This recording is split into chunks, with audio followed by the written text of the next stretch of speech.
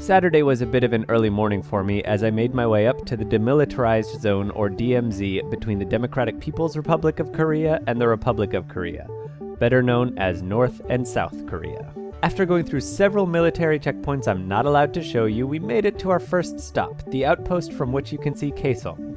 Kaesong is a village cooperatively run by the two Koreas and is really a symbol of the unity that they're trying to achieve. It was the first of many such symbols I would see that day. Of course, we're using the word see pretty liberally because it was quite hazy that day. Our second stop along the way was the third tunnel, which I was not allowed to film, but I was able to capture this photo outside of it. This statue is another symbol of the unity of the two Koreas. These children are pushing their two countries together.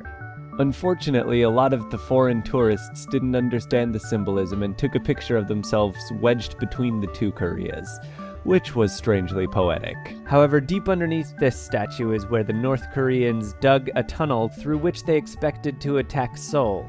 So we had this one symbol of unity right on top of another symbol of war. I didn't feel entirely nervous because the tactic was clearly thwarted, but I couldn't feel entirely safe either because it had been attempted.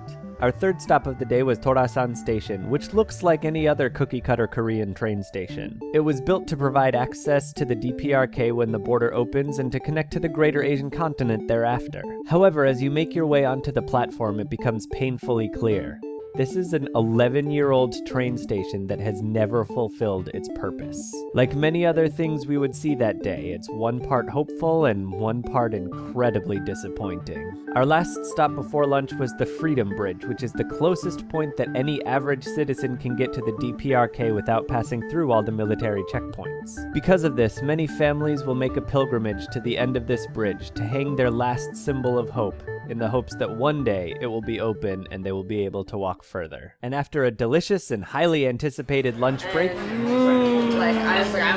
we made our way off to our final stop, Panmunjom. Panmunjom is a village that the UN placed directly on the military demarcation line between the two Koreas in the hopes that they would engage in conversation. At this place, which should be the greatest symbol of their unity, we see nothing but showmanship and distrust. Each country sent their best and most intimidating soldiers whose job it is to watch each other. You feel like one wrong move and there will be an international crisis. And the problem is, no one is quite sure how it will turn out if anything happens. And that is terrifying. So on my way back from the DMZ, I had so many questions swimming in my head. What will happen to this peninsula that I've come to care so much about? Will they ever achieve the unity that they want? Will it be at the end of a gun? I don't know. And something tells me there's a lot for me left to learn.